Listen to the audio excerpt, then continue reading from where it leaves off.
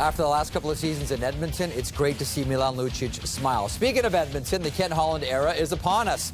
The veteran general manager has the reins and is working to right the ship. And anytime you have arguably the best player in the game, you have a leg up on everybody. Question now is, how quickly can Ken Holland, Connor McDavid, Leon Draisaitl, and crew turn things around? Here's Gene Principe.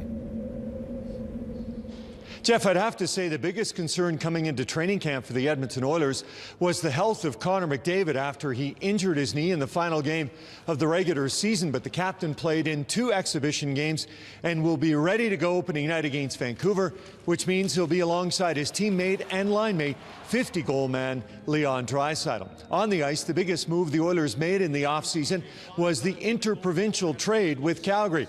Edmonton sending Milan Lucic to the Flames, and the Oilers in return getting James Neal.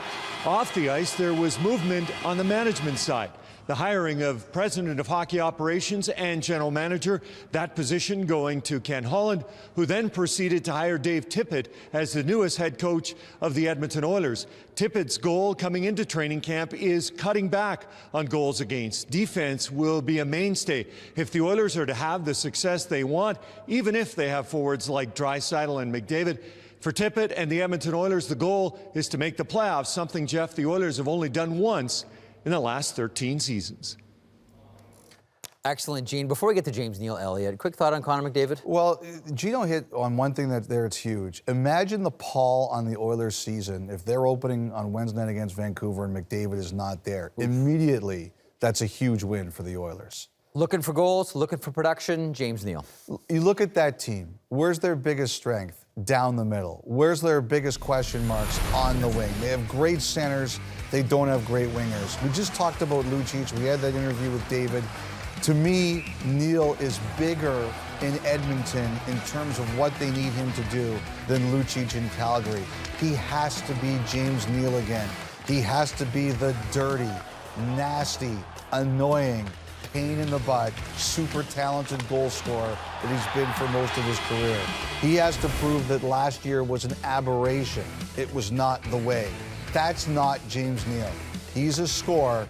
Connor McDavid campaigned for the Oilers to get this guy. He has to deliver. His MO his entire career has been, I score 20 goals and our team makes the playoffs. The net minding, Brian. Well, there's a lot of question marks about the goaltenders in Edmonton, but not on my part. I think they're going to be fine in net. Koskinen and Mike Smith are going to share time. It's going to be a platoon system of some kind. Koskinen can win the starting job and play 50. Mike Smith can win the starting job and play 50. The other guy gets 30. It's going to be a more equitable split than it's been in the past on a lot of teams. But you're seeing that around the league, going to a platoon rather than a 65-15 or 60-20.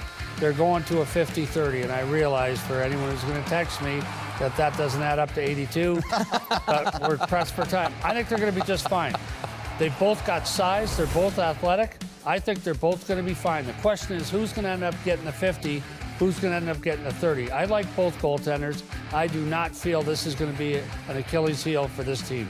And regardless of how you feel about the Oilers, if you're just a hockey fan, you just want to see Connor McDavid, Leon Draisaitl in the playoffs, don't you? Just as a 100%. Fan of hockey, you want those guys, specifically unless on one of the other 7 teams in the Pacific Division. I don't think they're there yet, but you're right. I'd like to see them there.